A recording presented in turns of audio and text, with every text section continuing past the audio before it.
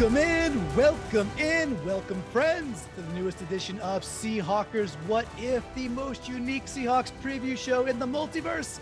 I'm your host, Clinton Bonner. Come out and find me on Twitter at Clinton Bon. I am joined by the one, the only, the great Brandon Schultz, and find him out on Twitter at Seahawkers Pod. Folks, this would not be Seahawkers What If. We could not traverse the multiverse without the protector of the multiverse, Seahawks multiverse himself, Mr. Phil Leidick. Fellas, we're careening down maybe the trough of disillusionment, a little valley of fear here, a 1-2. We got to go face a Lions team that people are kind of feeling okay about, right? And one thing I'll say out of the gate, Vegas has this game as an over-under of 50. 5-0, 50. Oh, it's going to be a shootout. That's Vegas. Makes sense. The only other game, fellas, ahead of this is in terms of points is Bills Ravens. That's it. This is game number 2 from Vegas. This is going to be a fun one then. So they are expecting some fireworks, and I'm expecting some fireworks today too. Yeah. And before I kick it to you, Mr. Phil, Brandon, now that we're turning the proverbial page, I am excited about this matchup for the main part that you just mentioned, that I think this is going to be a shootout style game. And look, as fun as it is to watch good defense, we have to accept what we have. And we have a bad defense until Pete Carroll finally decides to turn it around in the middle of the season. This is clearly a Pete Carroll problem because it happens whether or not it's Ken Norton at defensive coordinator spot or Clint Hurt as the defensive coordinator. This is now a Pete Carroll early defensive team issue. And now we just have to count the weeks until we have a respectable defense. Yeah, we'll see how quick we could turn that. And speaking of turning it over, Mr. Phil, you are the protector. This is your jam, my man. So as we head into week 4, what do you got for us this week, dude? I want to say on our shows, the Seahawkers podcast, I'm much more in agreement with the vibe. I can barely listen to some people trying to throw Gino under the bus or blame him for what's going on. Makes no sense at all to me. I thought he'd be okay. I don't know that he can play better than this. And in fact, there's not that many quarterbacks that are actually playing better. My concern is, can he keep playing this well? Can he continue to be this good? Boy, this is Gino's fault. Like, I understand we might have wanted a game-winning drive a few times. That's the one thing. If there was one area to improve, it could be that. I don't know if he can. But I'm more concerned about him losing the awesomeness he's already shown. So be glad you're in the right place that understands Gino. It's definitely not a Gino problem for any of these losses. I don't know what more the dude could do. Yeah, I just threw that in there for free. No, he could go on a game-winning drive. That would be the one thing. Yes, and we can not put him in a 4th and 18 or have 2 holding calls in the final drive. You know, but this is a Gino safe space, at least in this early season. And the dude's been good, man. Like I had a Falcons buddy of mine, he wasn't rubbing it, and he's like, oh, well, Gino's gonna Gino. And I wrote him back like immediately. I'm like, dude, Gino was good. Like flat, the same exact way I would say Mariota played pretty well. Look at some of the throws he made. Mariota played well. He played well enough to win, and so did Gino. It wasn't on either of those quarterbacks. And the symmetry kind of continues for both those teams. It's interesting. And then we have some other kind of cool symmetries happening with this Lions team, who has decided to not draft that quarterback just yet and keep building around Goff. And, they should have won. They probably should have beat the Vikings. They were up pretty soundly. They let that one get away. So we'll see what happens, I think, this week. Well, we'll get into the theme in 2 minutes, but real quickly, previously with the protector, a quick rundown. There was a lot from this game on offense. Their O-line's pretty good. Their overall team is decisive and aggressive, I would say. They're pretty decisive. They got the edge early. When we look at offense first, they got the edge early in the run game. Didn't attempt to run outside that much. Play action was effective early. Nice protection, early accuracy from Goff throughout the first portion of the game. 3 really nice receivers, Chark number 4, St. Brown number 14, Reynolds number 8. They're all really nice. Had a few nice throws underneath of the backs. Goff did. Huge explosive on 4th and 5. They got him 30 yards to the 2, and then Jamal Williams finished that. The run game started getting a bit of success when they went with it, and this continued well into the second half. They gave up pass pressure in the middle a few times. Didn't see anybody get them on the outside, but in the middle a few times. Their second, fourth down play also worked well with play action. Led to a short touchdown to Hawkinson. Goff looked real accurate, especially decisive for the first 3 quarters, and then failed on their third and fourth attempts to pick up a fourth down play, which were really costly later in the game. They did score when the running back got the edge in the late third. Something odd, up about 10 points in the fourth. Goff was still like chucking it, and he was even chucking it into coverage. Got lucky there. I don't know why they weren't running, but they weren't. Overall, they were mostly balanced, but their offense kind of failed Minnesota back into the game with some failed passing plays and a couple failed fourth down plays. On special teams, they doinked a field goal early, then missed another one late. They supposedly have a nice punt returner, but he didn't do much. It might to do with Minnesota's awesome coverage. I don't know. Fairly sloppy in kick coverage. They were okay, but not great. On defense, both Viking running backs had the middle and the counter all day against them. Anytime they wanted to run up the middle or run the counter, they could do it.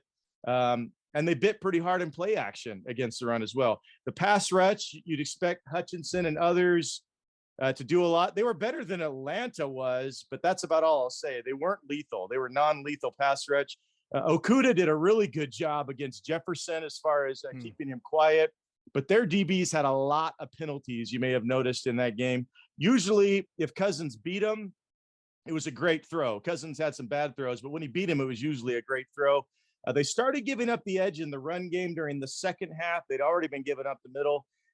They went all out quite a few times, but their blitzes never seemed to phase Cousins. Hopefully Gino's ready for that. Mostly decent when tackling in position, but the Vikings running backs, of course, are real tough, running them over, getting a few. The run D never looked competent, easily blocked and or out of position throughout. I mean, it would be really sad to have a run defense like that. I don't know how fans could stand it. Even though ours is rated worse. The fumble they recovered was completely lucky. It was them. Vikings ran into their own butts, and that's how they got the fumble. Their sack was a cover. Yeah, right. Yeah, exactly. Their sack was a coverage sack. Usually Cousins wisely avoided these by throwaways. The nickelback choked big time on the game winner. And then the coach, all timeouts were gone in the fourth. So if you complain about us being short on one, he had them all gone in the fourth, and that hindered their chance for a little comeback at the end. Do you guys see anything else recently from the Lions, or we jump right into what if? Let's jump right into it. What if episode number 30, maybe number 32. Either way, it's supposed to be Clinton. And my head is all mixed up early this morning. We have a coffee show that I'm doing here. But anyways, the categories this week are warm and ready to red line. We have motorhome, synchronous motor, and motoring right into motoring home. Talking about our Seahawks here with an unimpressive 2 sacks per game and a grotesque 31st in the league, 157 rushing yards given per game.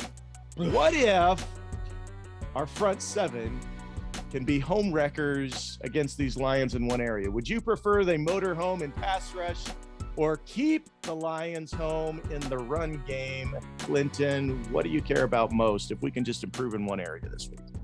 So, motor in, what's your price for flight here? Let's figure this out, Mr. Phil. So I think I'm going to have to choose the more basic because I think it's more foundational, and that is improving our run defense. The philosophy is if that improves, you put more pressure on them. They'll be in longer third down scenarios, most likely.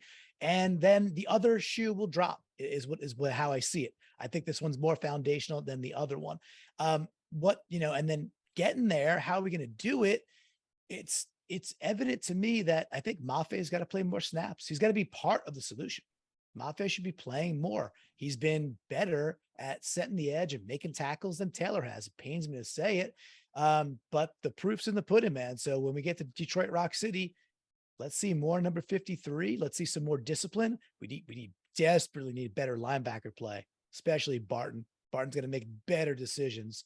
And then, of course, we've got to tackle better. But if we do those things, that means we will have stopped the run, I think, more effectively.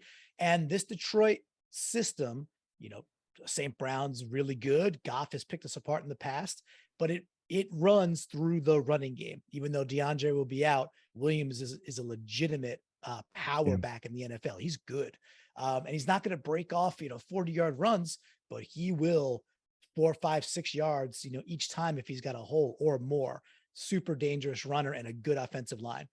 Big test. Let's see what Carroll will concoct. He's talking about changes. I don't know exactly what they're going to be scheme wise, but Mr. Phil, that's the answer. We've got to stop the run if that's the choice. How about you, Brandon? If we're going to improve our D in one area, what do you hope to see most this week?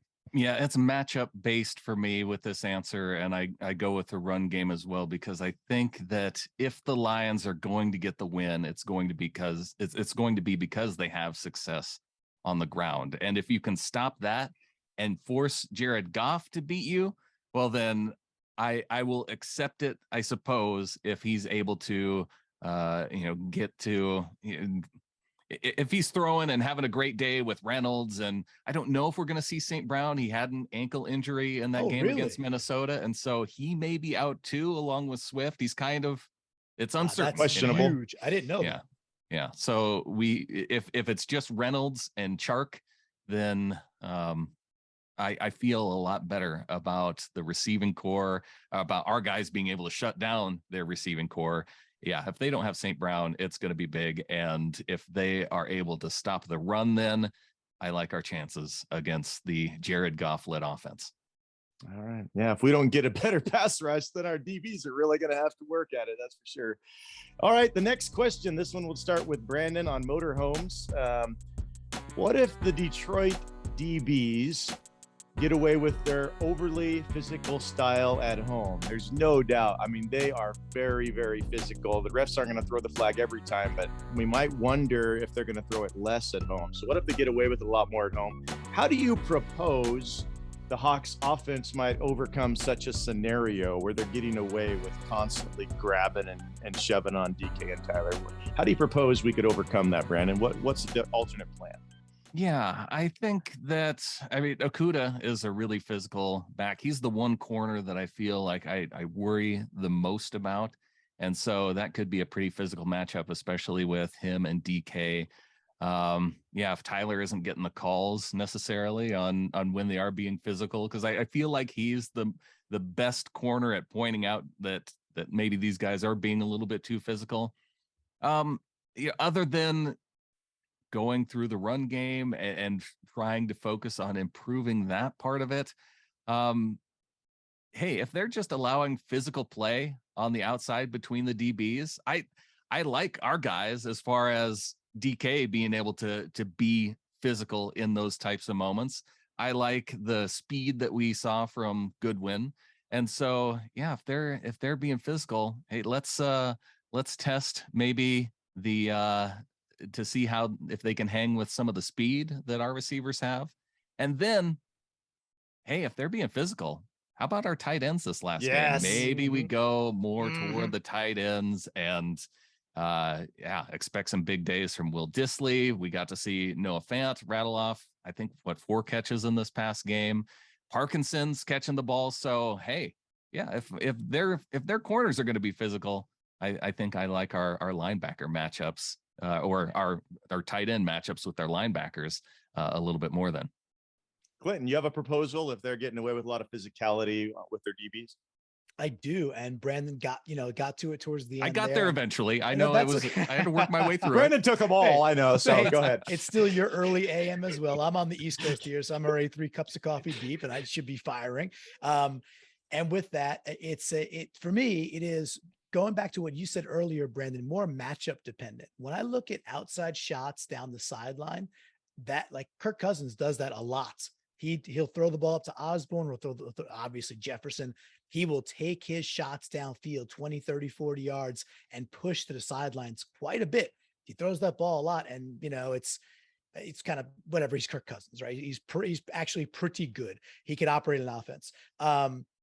That's not Gino's game. So let's not play their game. And there's some teams, this happens a lot in hockey. I like to give some references where like sometimes you have an elite hockey team that can play any style. You want to play like brawler style, like 2-1, a 2-1 game. The team could come into your building and play that way and beat you in the corners. Or you want to play a wide open 7-5, Edmonton Oilers 1980 style game. Cool. That team could come in and fly and open it up and still beat you 7-6. They can play your game, even in your building. We're not built that way. So we shouldn't attempt to go play Detroit's game in Detroit's house where they might get some homerism with the flags. So I'm not saying avoid the outside, but let's just do what we did last time. Hammer the middle of the field, expose linebackers, trips right, trips left, tight end structures, where we get mesh concepts, use Goodwin speed, use DK over the middle. Lockett, no concerns regardless. He's going to catch the ball and kind of fall down in a zone anyway. So let him just do that. Just in between the numbers, expose, and don't let him bully you on the outside. It's just almost like an avoid for me, man. Yeah, the plan was obvious with the Cuda. He followed, so he carried Jefferson everywhere and just fouled him every single route. He was just grabbing, and it was like they're not going to call them all, I guess he figured, and so it shut him down. What did Jefferson had, like 20 yards or something? Something terrible. Yeah, he's on two of my fantasy teams, so I was crying with that one. Yeah. Yeah. All right. Well, we'll go to the next one, and we're going into the Motor City. This is a kind of motor that's really important in Brandon's area of the world, the synchronous motor, 4-wheel drive. You have to have that other motor running in sync with the one so that you can get around during the snow time, which is about half of your year over there, Brandon, if I remember right. But synchronous motors, we're going to talk about things being in sync. What if Goff, this one goes to Clinton, what if Goff starts in sync with his wide receivers right away again? It's something he's been doing most games. How would you like the Hawks to alter their strategy? It sounded yesterday, Coach Pete was talking about, I think he's going to get more involved in the defense again. Just from a few things he said, it sounded like he's going to step in and try some things. If you were him, how would you like the Hawks to alter strategy? You start seeing Goff get in sync. What are some thoughts, some things we can do different, Clinton? Yeah, two things come to mind. I think Goff gets in stride when he's kind of like Geno in the sense that he will read fairly quickly. I think Geno actually progresses through option 2 and option 3 and an option 4 better than Goff does. Yeah. Goff, a lot of times, is the one read that's there. It's not maybe some outlet to the flat. And he's kind of done with his progressions. He doesn't have, I don't think, the intelligence to go past that. So to counter that, let's play more man. Let's, like, out of the gate, play more man, a lot less zone, and take your chances. It's okay. I know it's not Pete ball, like to sacrifice getting burnt over the top, but to me, the choices are like death by 1,000 Goff cuts, even with a broken thumb. We've seen that one before. And that's playing a soft zone that he could take advantage of, or do the opposite. So that's part one. In fact, I'll save part 2 because I don't know what's, maybe I'll take Brandon's away. I'll just lob it over and say, that's what I think is the primary thing. And there's a kicker. I think that could help that out, but I'll stop there. Very gentlemanly of you, Clinton, showing Brandon how it's done. Kind of the classy jab. Brandon, he's left some things on the table for you. What kind of plans to take Goff out of sync with his receivers? What do you got? Yeah, I think Clinton probably could have taken this because I don't know if you've dug into the stats with Goff as much going into this game, Clinton, but I've looked into it. And one of the things that jumped out at me is that Goff has been, whether you pressure him or no pressure, his quarterback rating has actually been about the same. And so I'm thinking if Goff is getting into sync with his receivers early, it's because the offensive line is holding up in front of him. And in that case, I kind of like our defensive end / outside linebackers to be out in coverage. So if we're only rushing 3, drop an extra guy back to be able to provide more coverage with the defense and maybe help create some situations for turnovers, because we do know the Goff can be a little bit turnover prone. If you have an extra guy back there in coverage, then I think that you can maybe help rattle Goff that way instead. Did he miss the one that you wanted, Clinton? Well, I wouldn't say he missed. I'd say he gave his reasonings. I think those are good. I think he foretold where maybe I was going. What I liked last week, and we didn't even talk about it on 3 and 3 out once yet, was Kobe Bryant got home on that cornerback blitz. And then he actually, on another play later in the game, he nearly gets home and causes Mario to throw it away. I think that might have been the actual drive they punted. So that shouldn't be too hard to flag because that was once. So I think on that 3rd down play also, Bryant gets in. So I'd like to see them try and mix it in there. And it's okay if a little bit of risk. And I totally get the stats that you're throwing out there. They make sense.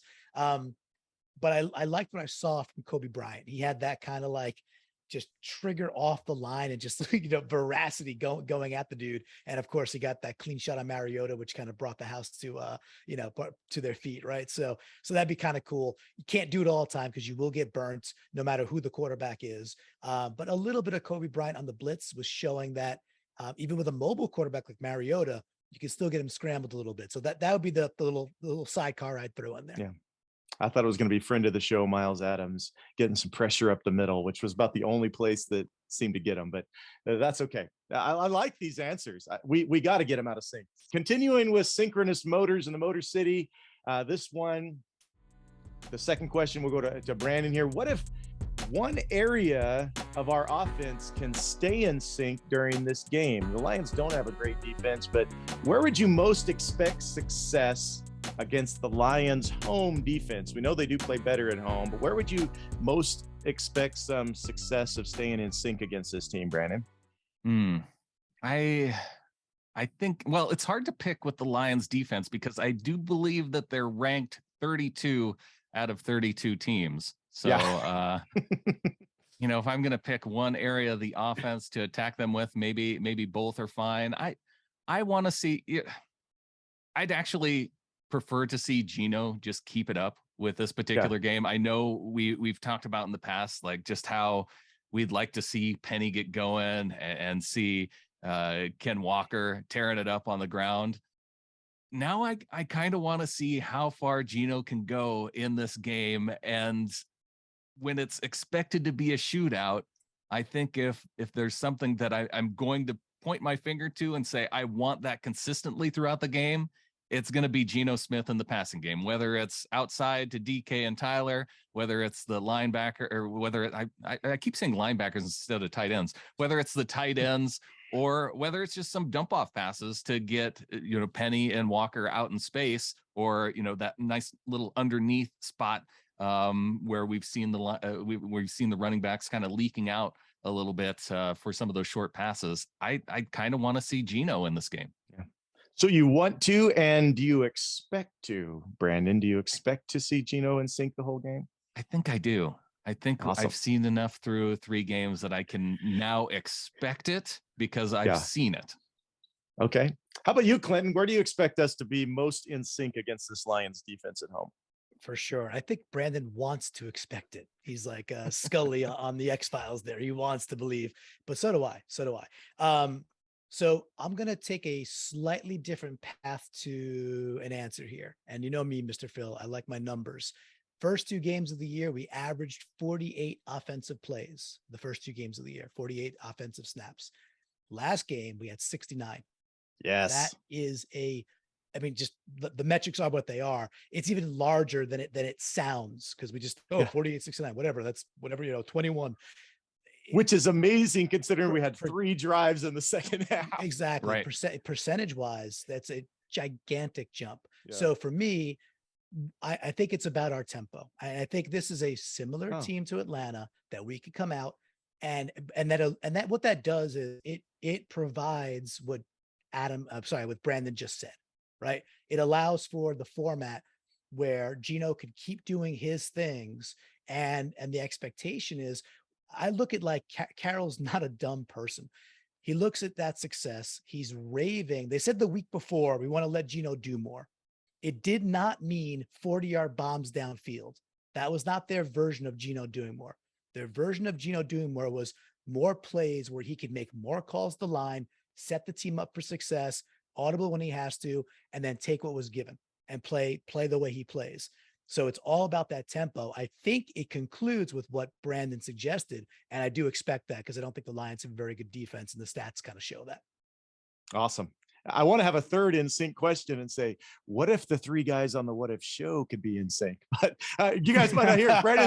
Brandon's gonna get all this cleaned up, but this has been an interesting one. Though I will say some of the answers have been the most insightful that you're going to hear anywhere. Some of our synchronous motoring isn't what it always is, and I'm sure most of it falls right here on the protector himself. Well, we're going to move to the next category, which of course is motoring. You can't have a motor without motoring, right? Had to be there. Motoring. This one will start with Clinton. What Lions player are you most concerned about going full Night Ranger against us? And we want to say, stall that motor. It sounds like Swift's unlikely to play. We're not sure about St. Brown. So maybe, I don't know if you're worried about anybody on defense, but there could be somebody that can mess us up there. Somebody on your mind other than, that's likely to play that you're worried about from the Lions this game, Clinton. It's an interesting team in the sense that if my expectation is that St. Brown will play. However, if he has an ankle injury and becomes more of a decoy role, it's just not the same. His game is built on speed, quickness. He's a heck of a receiver. That's very interesting if he's out. I will avoid one area that is kind of the obvious ameness area because it gets right back to where we've had the most challenges. And instead I'll look at TJ Hawkinson. Because if they don't have Amon-Ra St. Brown, the Chark and the rest of that squad, they're okay. And Reynolds, they're okay. But I don't think they're great by any means. Hawkinson and Seattle, we have still had our challenges versus tight ends. In this last game, Pitts was off to one heck of a start, right? We had to get 5 targets and 4 catches in the first 10 minutes of the game. And I realized they're a little bit different. Hawkinson, more of a traditional tight end. Pitts, more of a big slot that wears a tight end number essentially, or doesn't even.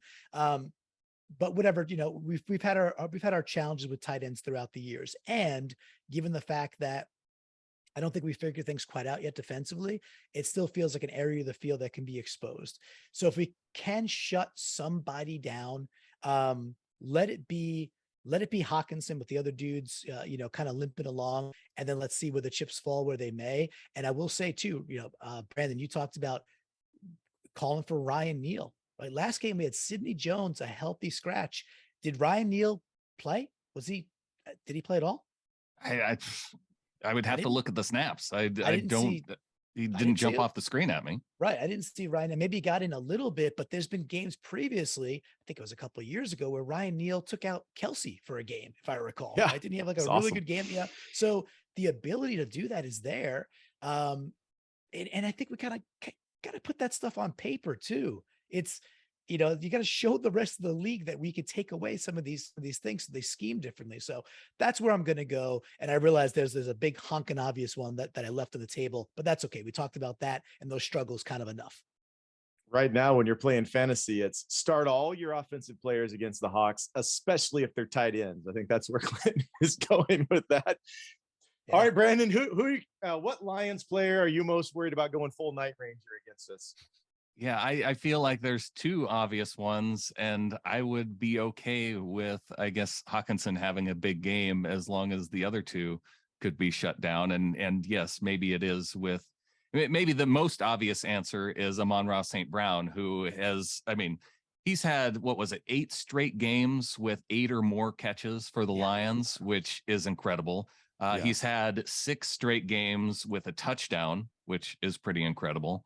And that went away just this last game, but because he was injured, you can kind of excuse him not getting a touchdown. He did have a catch that set up a touchdown for the Lions. Going back to answer the question about Ryan Neal, he was in there, 15 special teams snaps, 0 defensive snaps. So very strange. There it is. I was going to say, you said the word strange, right? Is this not strange that these are dudes who were maybe second stringer, but then starters. And then when we went to 5 CBs in the game constantly. And then our starting cornerback from last year, who was our best cornerback, is a healthy scratch. I don't know if there's dog houses that have been built or what's happening, but it's just odd to me. And Sean Desai is not happy with some people getting his thing. I don't know. I don't know. It's, I don't think we'll get, I don't have any pulse on why that's the case. It just doesn't seem authentic when it's they just say whatever they say. And it's oh, well, wasn't, we just decided to not play Sidney Jones. Well, why? Well, and if it's to play the rookies and just get them their chops, I don't know. I guess I'm just want to hear that, but it's a little unsettling as to why these dudes are not getting any playing time right now. Is it a special teams issue? Is it because Sidney Jones says I don't want to play special teams because you have guys like Xavier Crawford and Isaiah Dunn, who are listed as corners on the roster, and those are the guys that are taking the special team snaps. Maybe. Possibly. Weird though. All right. Speculation. So I will go with the obvious answers as Clinton put them, because I mean to gloss over them would be I think doing our listeners a disservice, because St. Brown obviously a key to their passing game. If we don't see him, I mean, Jamal Williams is the guy that's with the Seahawks struggling against the run. Jamal Adams could be a guy who could have a big day, and that would be the running back that I'm most concerned about, because if they're running with him on first down, second down, putting Goff into these third and short type positions where the offense is staying on schedule, then yeah, it's going to be a rough day. And did I say something weird? Why are you guys smiling at me? Why are you both smiling? Jamal Adams has a great day. It's going to be early. Did I say Jamal Adams? Jamal Williams. Yeah. Okay. Yeah. That's okay. Last night I called Goff. What did I call him? Like Kevin Goff? Jeff Goff. Jeff Goff. Yeah, Jeff Goff is his less handsome stepbrother. Right. Exactly. So yes, Jamal Williams, not Jamal Adams. Thank you.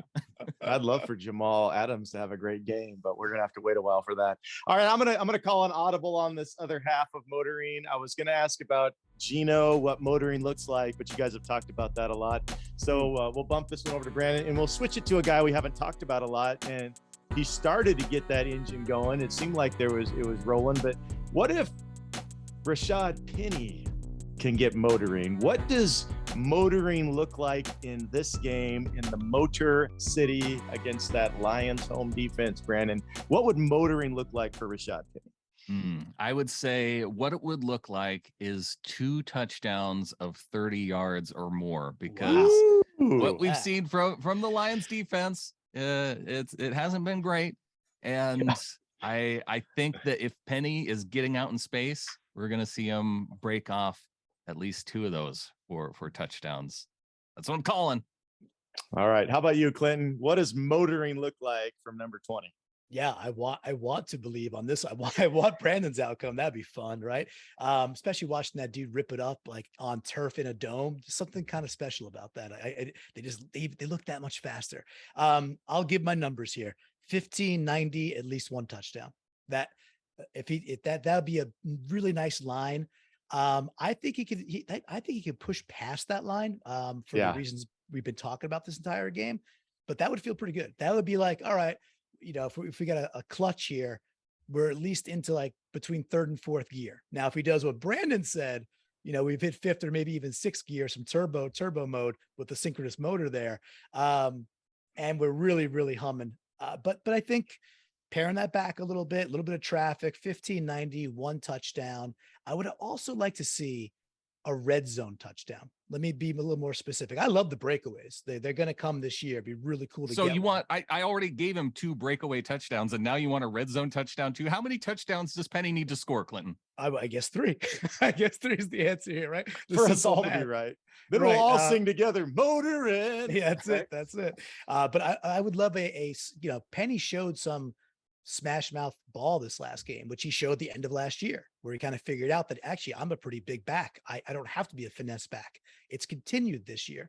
I'd love to see a 4-yard, you know, like third and goal type thing where he hits a dude like Zeke had one last night. If you watched that game, Zeke got popped like at the 2, shed the dude, bounced it right outside, and you know, just motored in, did his little feed me thing, and away the Cowboys went. I would like to see something like that at the goal line for a statement type touchdown. I'll take it over a fade any day. Oh, gross. Yep. Give it. Right. Let's do it. Okay. Well, the final portion of the show last week, Brandon correctly, sadly so. I was hoping he was going to reverse jinx the Falcons, but he nailed it. And he correctly picked the Falcons. So now, Brandon. I picked it, though, on a Myers missed field goal, and Myers was actually solid. So don't give me too much credit. Well, that part wasn't right, but you did get the game right. So you're tied 1-1 on your picks, and both of your wishes did fairly well. I've struggled to figure out how to objectively score that, other than to say you both, you know, Fant was pretty decent. Tyler had some really great plays. He was a stud on getting back from getting rocked. So Tyler's been good constantly. So I don't know how to score that. I'm just going to stick with the 1-1 as far as your picks. You're tied up there. So it is prediction time, and Clinton will have to go first on your wish, your what if Super Hawk. Every multiverse needs a superhero. So your wish and your score, Clinton first, and then Brandon for this week 4 game. Yeah, my wish is going to be an offensive wish, and I'm going to stick with the dude who's been doing it for a number of weeks now, who's been doing it for a number of years now. And I think the type of offense that we're going to run, which you talked about, will enable Lockett with like 8+ receptions. That's my wish, like a big reception day. Now that whether that's 100 yards plus a touchdown, don't know. But like we're talking 8+ receptions, multiple first down chain movers, because that's what Tyler Lockett does. So that'd be my wish. To me, it would equate to we probably move the ball pretty well if he achieves those numbers. So that's my wish. Game. This is the first time I'm going to predict a loss. It pains me. I hate this. It's going to be close, I think. 27-26 Detroit Lions over our Seattle Seahawks. Boo. I feel shame. Gross. What do you got, Brandon? I agree. Can't believe you'd pick a loss for our own team. All right. What kind of show is this? My wish for this game coming up. Let's see. So I've had Quandre Diggs. I've had Tyler Lockett. I'm going to go to the offensive line in this game because we have a matchup between a top 10 left tackle from this past draft with a top 10 pass rusher from this past draft with Aiden Hutchinson on the defensive line for the Detroit Lions. And I'm going to say that despite them having the number 2 overall pick, that if he's going at Charles Cross, and heck, you know what? I might even make this a double tackle wish. Nice. 0 pressures given up by our 2 tackles. Zero pressures. I thought you were going to say 0 sacks. Wow. No, okay. Not only 0 sacks, 0 pressures. That's a big wish, but I like it. Okay. All right. So and then my prediction for this game, I am going to take it. Like I said, it's going to be a shootout. And I think that Geno and the offense are going to put up enough points early to where they can coast in. The Detroit Lions score a late touchdown, but it's only to get them within 3 points. The Seahawks win 30-27. I like that. I like all the specifics in y'all's picks. All right. 30-27 Seattle from Brandon. All right. So we'll find out. Someone's going to take the lead on the picks here this week because I want it to be Brandon. I want it to be Brandon. We're rooting for Brandon, even with all the money at stake. We're still rooting. No, but, that's it. That's all I got, gentlemen. Anything we need to add? Don't forget to subscribe. Make sure you're downloading there. Anything else we need to know about? You want to become a member of the flock? Getintheflock.com. Very good. So, gentlemen, what if we say motoring? No, what if we say go Hawks? Go Hawks. Go Hawks. Go Hawks. Motoring.